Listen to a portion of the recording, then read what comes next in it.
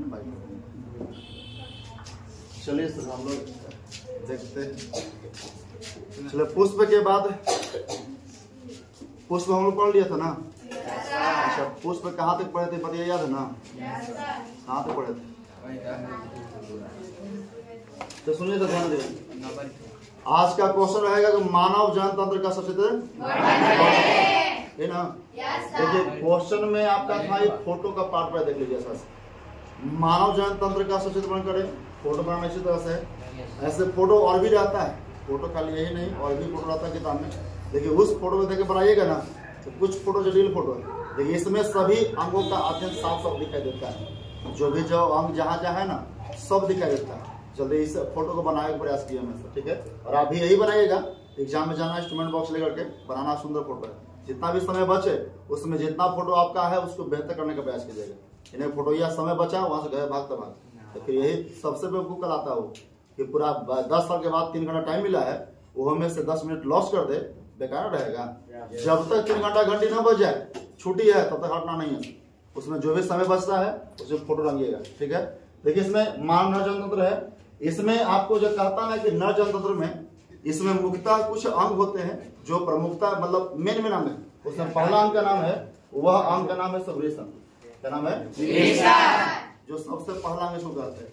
और मतलब पहला अंग कहते नहीं है, अंग के नाम बता देते हैं, ठीक है। एक अंग होता है वृषण, दूसरा होता है वृषण कोश, तीसरा का नाम है शुक्रवाहिका और चौथा का नाम है शुक्राशय। चौथा शुक्राशय और पांचवा क्या होता है?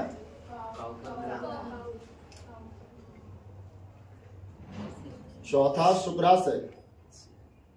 चौथा क्या होता है? शुक्राशय। और पांचवा का नाम देखिए पहले भी बताओ, पहले क्या होगा? दूसरा बताओ दूसरा बताइएगा शुक्र और भाई बताइए चौथा। चार को समझ में आया ना?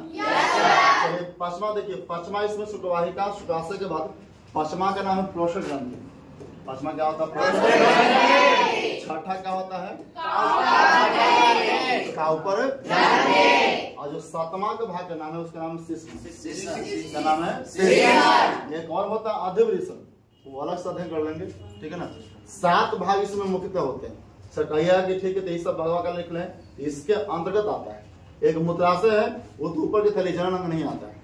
जनन अंग में मूत्राशय किडनी से आने वाला जो पदार्थ होता है ना, जो जल होता है जो मूत्र के रूप में शरीर से बाहर निकलता है वो यहाँ पर जमा होता है। बाकी इसमें आप लोग देख रहे हैं तो जितना अंग बताया ना 7 वो ना यही सब होता है। पहला बता फिर से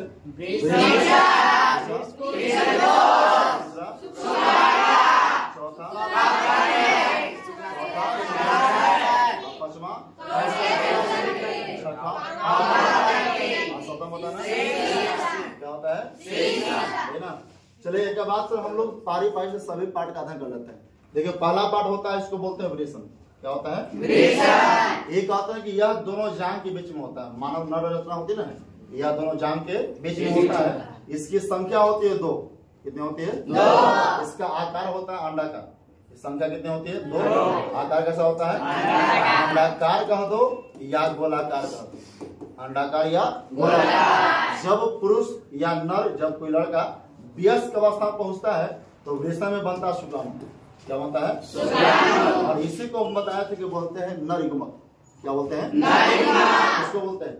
क्या बोलते हैं? नरयुग्मक। बताओ यह दोनों जांग के बीच में संख्या कितना? 2। आकार कैसा? अंडाकार या गोलाकार।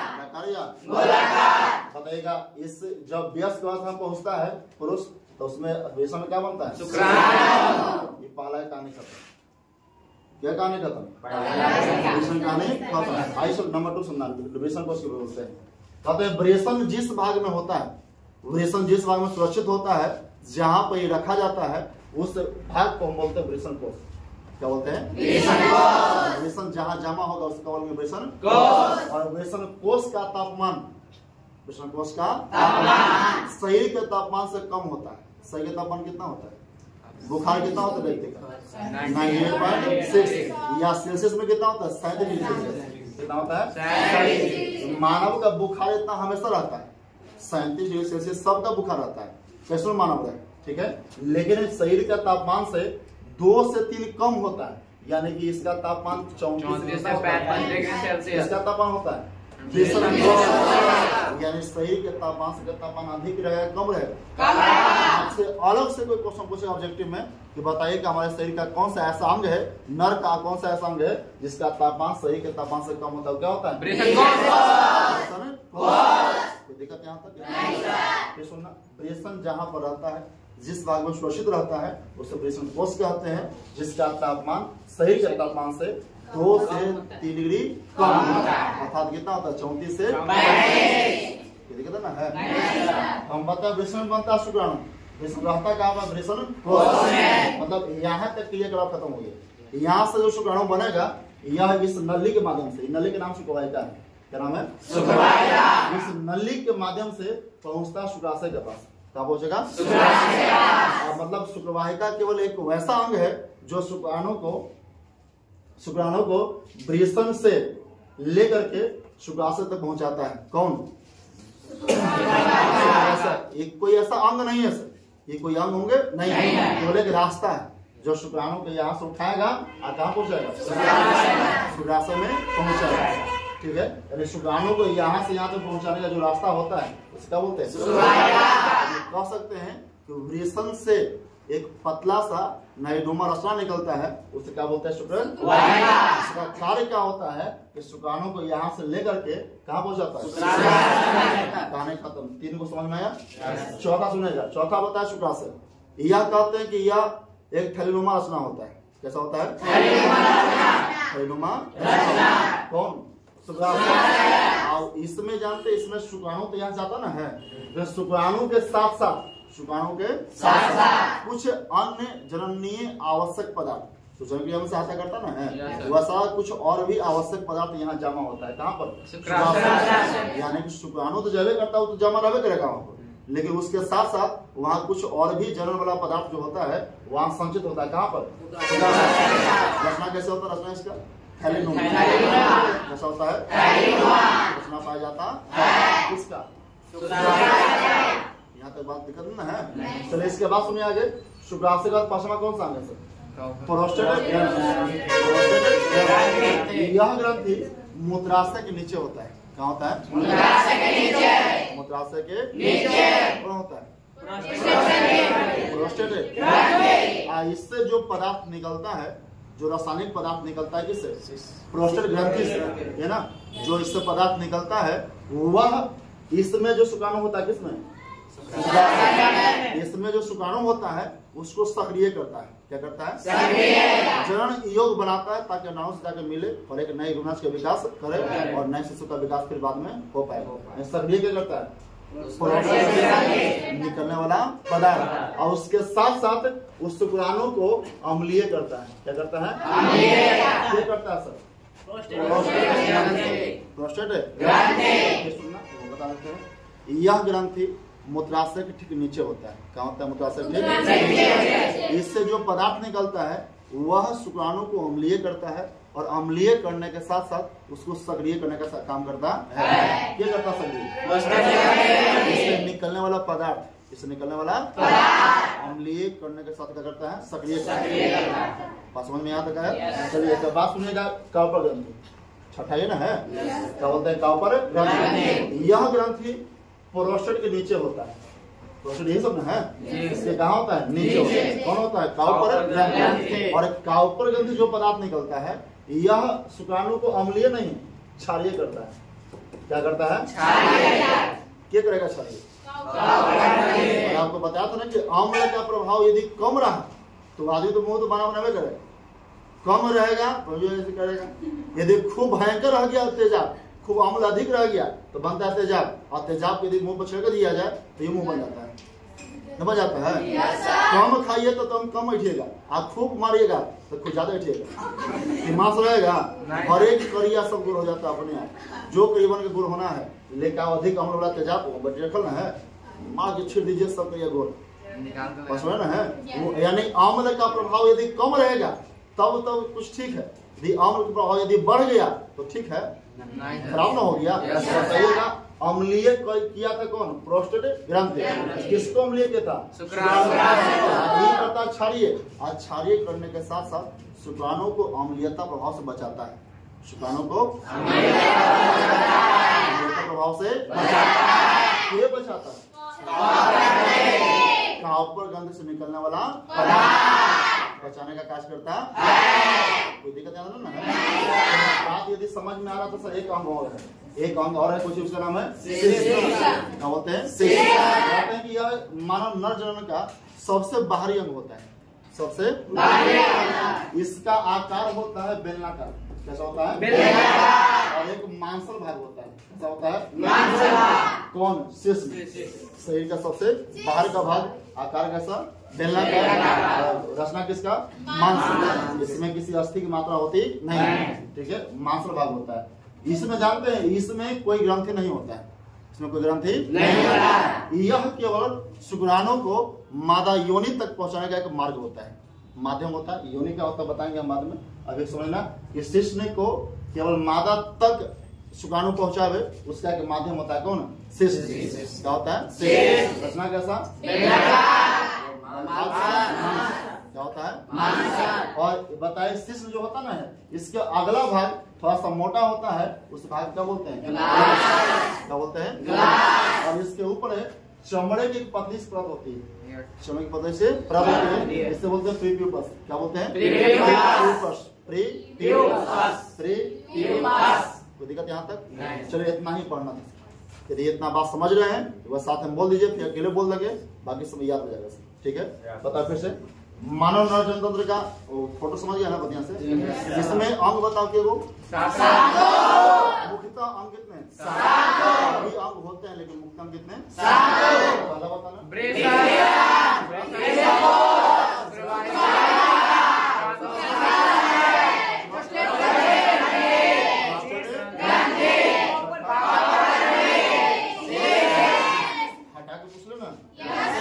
बताना, पहला बताओ। दूसरा, चौथा, पांचवा, प्रोस्टेट,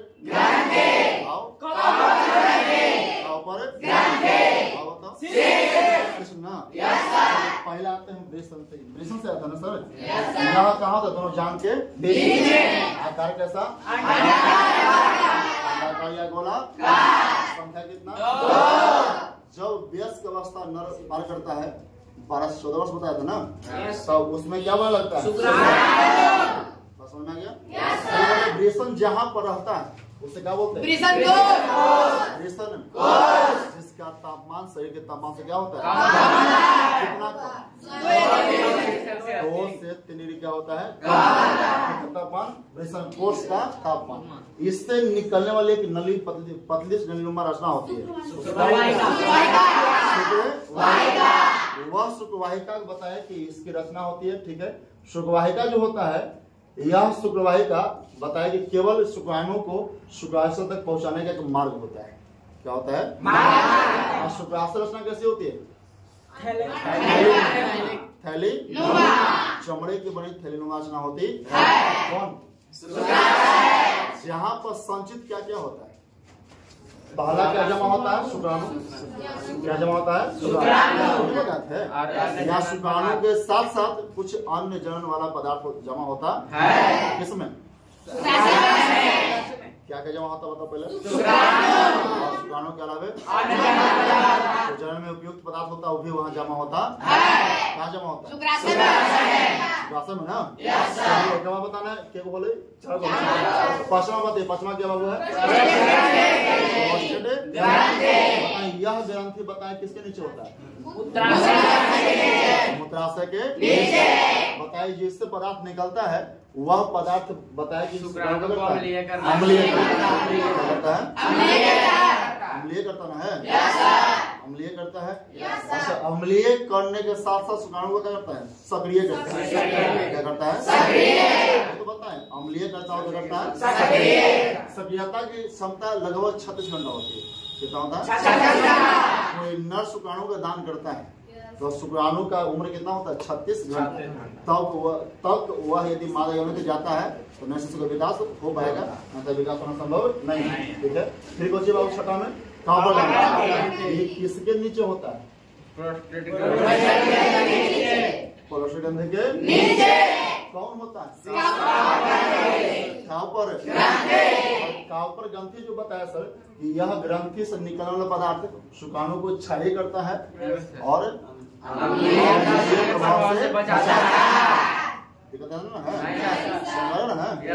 देखिएगा। सतमा सुनना, सतमा क्या बताया? शिष्य। बताइएगा रचना कैसा? कैसा? बताइए इसके ऊपरी भाग को क्या बोलते हैं?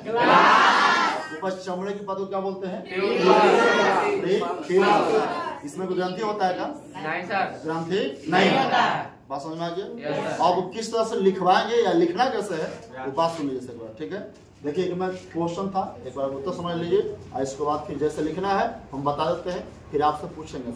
ठीक है ना, चलिए पहले बात सुन लो। एक में क्वेश्चन था कि मानव नर जनतंत्र का सचित्र वर्णन करें। बनाना फोटो बढ़िया से, ठीक है ना, और बना करके शुरुआत करना है। तो मानव नर जनतंत्र निम्नलिखित है। इसमें पहला बताना है, लिखना नीचे से। पहला वृषण कोष, दूसरा वृषण कोष, तीसरा शुक्रवाहिका, चौथा करना शुक्राशय, पांचवा प्रोस्टेट ग्रंथ और ग्रंथि, और छठा काउपर ग्रंथि, सातवां बोलना है शिष्य। फिर पारा पारी लिखना है वृषण को और लिख देना डैश। वहीं पे करना आप लोग को है। तो कहना क्या में है कि यह दोनों जांघ के बीच में होता है। इसकी रचना अंडाकार या गोलाकार होता है। इसकी संख्याएं 2 होती है और जब नर भाग मानव नर भाग वयस्क अवस्था पूर्ण कर लेता है तब उसके वृषण में शुक्राणु बनने लगते हैं। इतना ही बोलिएगा, इस बार में क्या लिखना है? बोलना है कि वृषण जिस भाग में शोषित होता है उसे वृषण कोष कहते हैं और वृषण कोष का तापमान शरीर के तापमान से 2 से 3 डिग्री कम है। ठीक है, इतना लिखे काम चलेगा। एक बाद आना है शुक्रवाहिका में, एक काम बोलना है तो वृषण से निकलने वाली एक पतली सी नयनुमा रचना होती है। वृषण से निकलने वाली एक पतली सी नयनुमा रचना होती है जिसे शुक्रवाहिका कहते हैं, जो कि कोई अंग नहीं होता है। यह केवल शुक्राणु को शुक्राशय तक पहुंचाने का एक मार्ग होता है। कौन मार्ग होता है? शुक्रवाहिका। कौन? शुक्रवाहिका। फिर एक काम चलना शुक्राशय में, बोलना है कि यह चमड़े की बनी थैलीनुमा रचना होती है जिसमें शुक्राणु के साथ साथ कुछ अन्य जन्म पदार्थ भी संचित होते हैं। यहाँ बोलते काम चलेगा। ठीक है, एक बाद अगला है आना है प्रोस्टेट ग्रंथि में। इसने बोलना कि यह मूत्राशय के नीचे होता है। यह मूत्राशय के नीचे होता है। सबको ध्यान है ना? फल के मिले। अच्छा ठीक है, सुन लेते हैं। यह मूत्राशय के नीचे होता है। इससे निकलने वाला रासायनिक पदार्थ शुक्राणु को सक्रिय तथा अम्लीय करता है। इससे निकलने वाला रासायनिक पदार्थ शुक्राणु को अम्लीय तथा सक्रिय करता है। काम खत्म यहाँ तक। चलिए अगला आते हैं काउपर ग्रंथि। बताया कि यह ग्रंथि प्रोस्टेट ग्रंथि के ठीक नीचे होता है। यह ग्रंथि प्रोस्टेट ग्रंथि के ठीक नीचे होता है और इससे निकलने वाला रासायनिक पदार्थ शुक्राणु को अम्लीय नहीं क्षारीय करता है।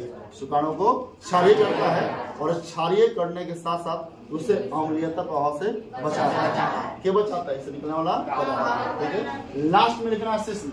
बोलना कि यह मानव नर का बाह्य जनन भाग होता है। क्या होता है? बाह्य जनन भाग होता है। यह इसके रचना बेलनाकार होता है और एक मांसल भाग होता है।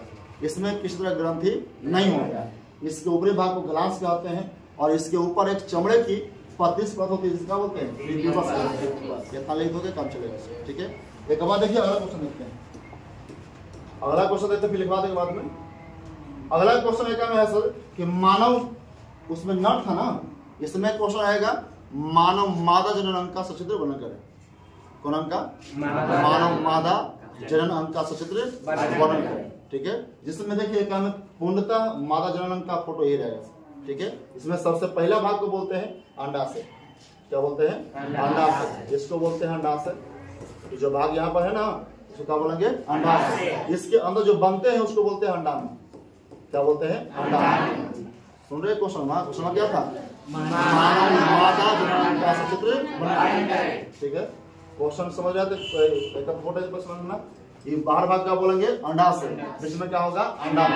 इस भाग का नाम है अंडवाहिनी। क्या नाम है? वो है अंडवाहिनी कहते हैं, अंडवाहिनी। ठीक है, ये जो भाग है जानते हैं गर्भाशय कहते हैं इसको। क्या बोलते हैं? गर्भाशय। गर्भाशय कहा जाता है। ठीक है, जो निचले भाग इसको बोलते हैं योनि। क्या बोलते हैं? योनि। से बढ़ा सकते हैं जैसे आपको अच्छा लगे। देखिए योनि, ठीक है, 4 भाग होता है जो माता भाग के प्रमुखता में होते हैं। केवल 4 ही भाग होते हैं। तो बताना पहला क्या होता है? पहला, दूसरा, तीसरा,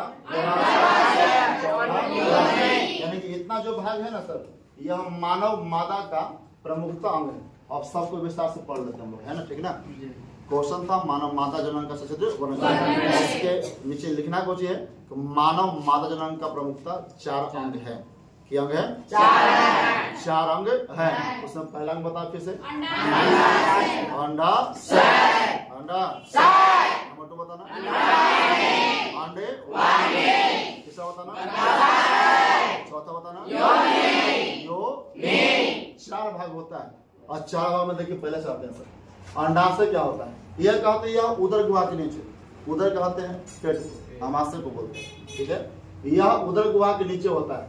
उदर गुहा के नीचे दोनों ओर, एक दाएं एक बाएं, दोनों ओर एक एक संख्या में होता है। कौन? किसके नीचे होता है? उदर गुहा के नीचे दोनों ओर, एक दाएं एक बाएं। कुल कितना? 2 संख्या में होता है। कौन होता है? अंडाशय। किस संख्या में? 2 संख्या में। किसके नीचे? उदर गुहा के नीचे, दाएं के बाएं। किस संख्या में होता है? 2 संख्या में। कोई दिक्कत ना है? अंडाशय का आकार अंडाकार होता है। क्या होता है? अंडाकार या कहो तो गोलाकार। अंडाकार या गोलाकार होता है। किसका आकार? चलिए अब बताना। तो देखिए बताए थे कि महिलाएं वयस्क अवस्था पूर्ण कर लेती है कितना वर्ष की उम्र में? 11 से 13 वर्ष की उम्र में। परिपक्व अवस्था का दो या वयस्क अवस्था का दो, यानी कि महिलाएं जब परिपक्व अवस्था पूर्ण कर लेती है तो परिपक्व अवस्था पूर्ण करने के बाद उसके अंडाशय में अंडाणु बनने लगते हैं। क्या बने लगते हैं? किसमें? अंडाशय। लेकिन अंडाणु जो बनता है यह दोनों में एक साथ नहीं बनता है। ऐसा नहीं कि वह बनेगा यह बनेगा, बनता है एकांतर रूप से। कैसे बनता है? यानी प्रत्येक माह बनता है तो प्रत्येक माह में एक बार बनेगा इस माह में, फिर कौन माह में? इस माह में, फिर इस माह में, फिर इस माह में। ठीक है, यानी पारापर बनता है, एक साथ नहीं बनता है। इसमें जैसे अभी आगे बढ़ाएंगे हम, आज का चक्र मासिक चक्र। महिलाओं में मासिक चक्र की संभावना दिक्कत होती है सर, जिसमें क्या होता है यदि किसी महिलाओं का मासिक चक्र यदि प्रत्येक मंथ नहीं होता है, 2 मंथ होता है, ये रीजन है कि एक मंथ का अंडाणु क्या है? वो नष्ट हो गया है, क्योंकि ये वाला 1 मंथ के बाद ना होता है। जैसे बताया 1 मंथ में इसमें बन रहा है, 1 मंथ में उसमें बना है। यदि बाई चांस वो वाला नष्ट हो गया है तब उस महिला का पीरियड्स हमेशा क्या आएगा? 1 मंथ के बाद आएगा, 2 मंथ के बाद आता है। ठीक है, उसमें आते हैं पीरियड्स पढ़ना है क्रम में, क्या पीरियड्स होता है इसलिए बताना। बताओगा मैं की आंसर 4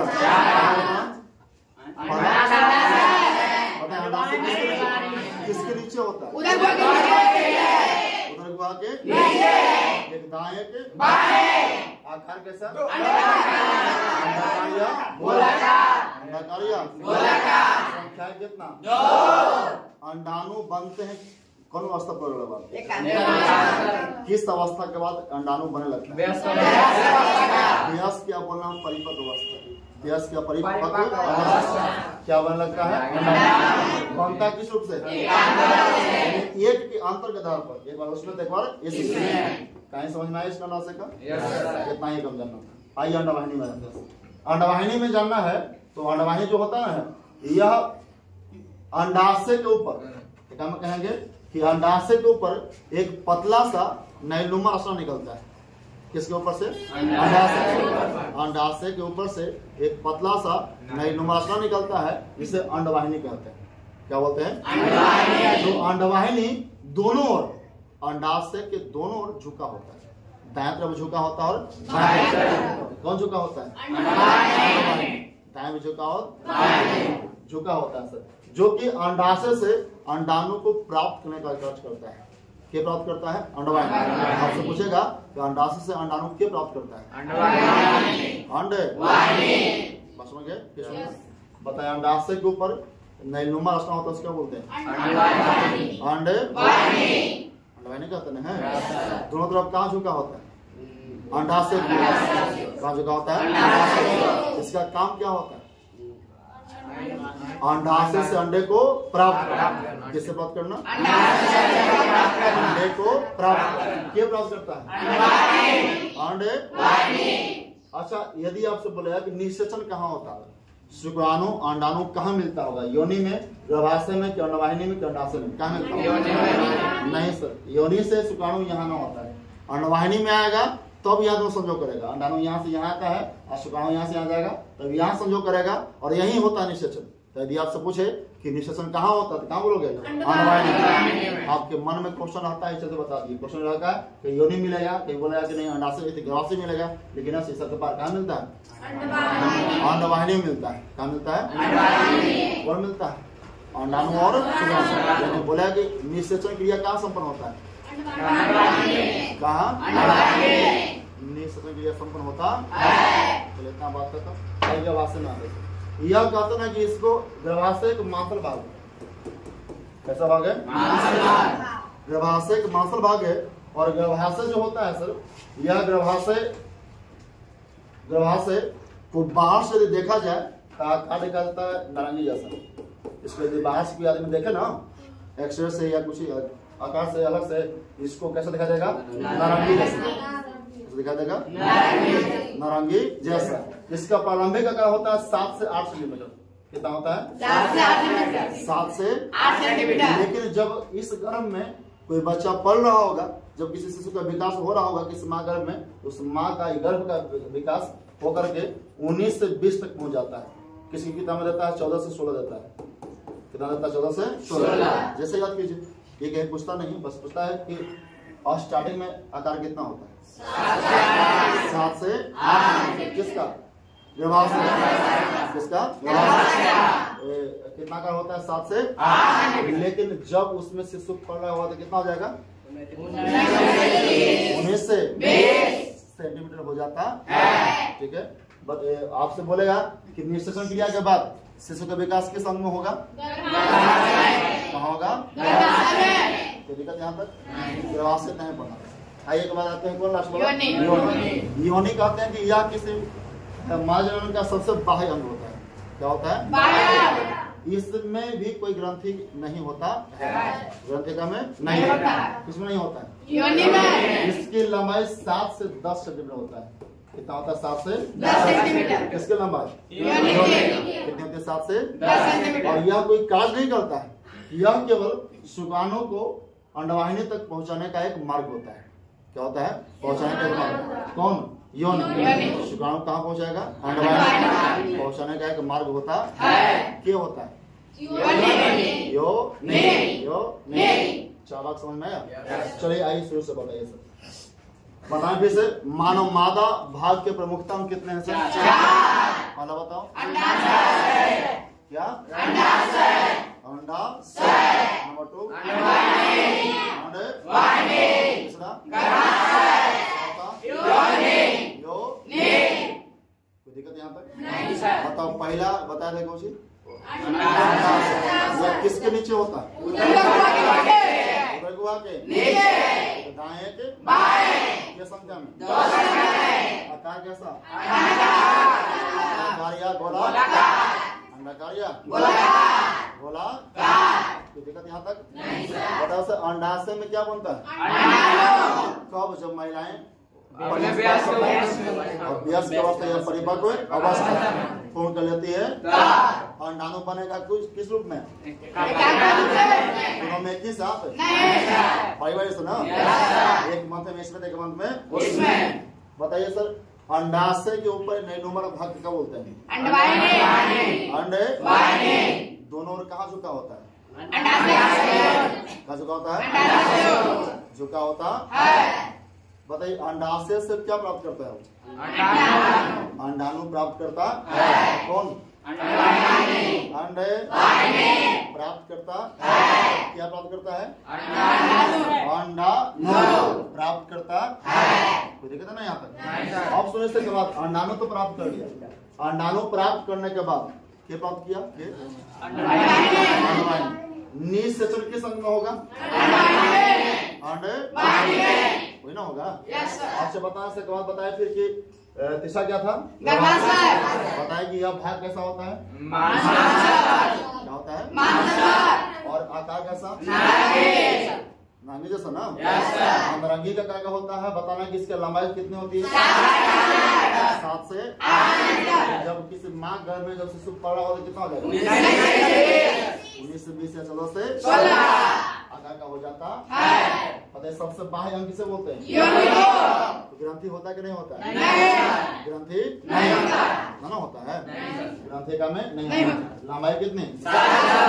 7 से 10। केवल शुक्राणु को यहाँ तक कहाँ तक पहुँचाने का एक मार्ग होता है कि कोई दिक्कत यहाँ तक? इसको बताते हैं आज इतना ही रह जाते है ना। इसको बताते कैसे सब बोलना है, कैसे लिखना है, ठीक है ना? समय से ज्यादा सुनेगा। क्वेश्चन था कि मानव मादा जनन का सचित्र फोटो बनवाएंगे, बना लेना है इसको, ठीक है? लिखने को नीचे लिखना है कि मानव मादा जनन प्रमुखता निम्नलिखित है। प्रमुखता बोलना पहला में नीचे लिखना है, पहला में करेंगे नंबर 2 में अब अंडाशय के लिए डैश देना। जब लिखेंगे तो देखिए क्या में क्या करना बोला बोलते हैं कि अंडाशय उदर गुहा के नीचे होता है। यह दोनों एक दाएं एक बाएं, इसे कुल संख्या 2 होती है। इसका आकार अंडाकार या गोलाकार। समझ गए? तो सुनना, यह उदर गुहा के नीचे होता है, यह एक दाएं एक बाएं होता है, इसकी संख्या 2 होती है, इसका आकार अंडाकार या गोलाकार होता है। जब महिलाएं परिपक्व अवस्था पूर्ण कर लेती है, सब लिखना है, जब महिलाएं परिपक्व अवस्था पूर्ण कर लेती है तब अंडाशय में अंडाणु का निर्माण होता है। इतना लिख के छोड़ देना है बस। फिर चलना है अंडवाहिनी में। बोला है कि अंडाशय के ऊपर एक नयनुमा रचना होती है जिसे अंडवाहिनी कहते हैं, जो दोनों की ओर दोनों अंडाशय की ओर झुका होता है। अच्छा ये लाल भाग जो है ना, इसको बोलते हैं फिमरी। क्या बोलते हैं? फिमरी। फिमरी नहीं, फिमरी। इसको हिंदी में कहते हैं झालर। क्या बोलते हैं? झालर। जिससे ही रहता अंडाशय को पकड़ हुए तो हम इसको झालर कहते हैं। झालर न झा फाटक है, झालर। क्या बोलेंगे? झालर। ठीक है, देखिए फिर सुनना। अंडवाहिनी बताया कि दोनों अंडाशय को झुका होता है, यह अंडाशय से अंडे को प्राप्त करने का कार्य करता है। और अंडवाहिनी में ही निषेचन क्रिया संपन्न होती है। ये ताई लिख के काम करो, ठीक है? आगे गर्भाशय में लिखना है कि गर्भाशय, अच्छा एक बात और छोड़ दिए, लिखना है, सुनो। गर्भाशय मलाशय और मूत्राशय के बीच में होता है। मलाशय और मूत्राशय के बीच में होता है। लिखना यहाँ से, यह मलाशय मूत्राशय के बीच में होता है। कौन? इसका रचना मांस में होता है। इससे बाहर की ओर से देखने पर नारंगी दिखाई पड़ता है। इसकी प्रारंभिक लंबाई 7 से 8, लेकिन जब शिशु का विकास हो रहा होता है तो लंबाई 14 से 16 हो जाता है। लिखा जाता है ना। एक में भी एक बात छोड़ दिए, बोलना कि योनि मूत्राशय के ठीक सामने होता है। क्या होता है? मूत्राशय के ठीक सामने कौन होता है? योनि। इसकी लंबाई 7 से 10 होती है और इसमें किसी प्रकार की ग्रंथि नहीं। यह केवल शुक्राणु को अंडवाहिनी तक पहुंचाने का एक मार्ग होता है। कोई दिक्कत यहाँ तक समझ में आ गया? ठीक है, एक बात फिर लिखवा देते हैं। चलिए बताइए तो आप लोग आप बता दीजिएगा। याद हो गया? लिख लेना है ना।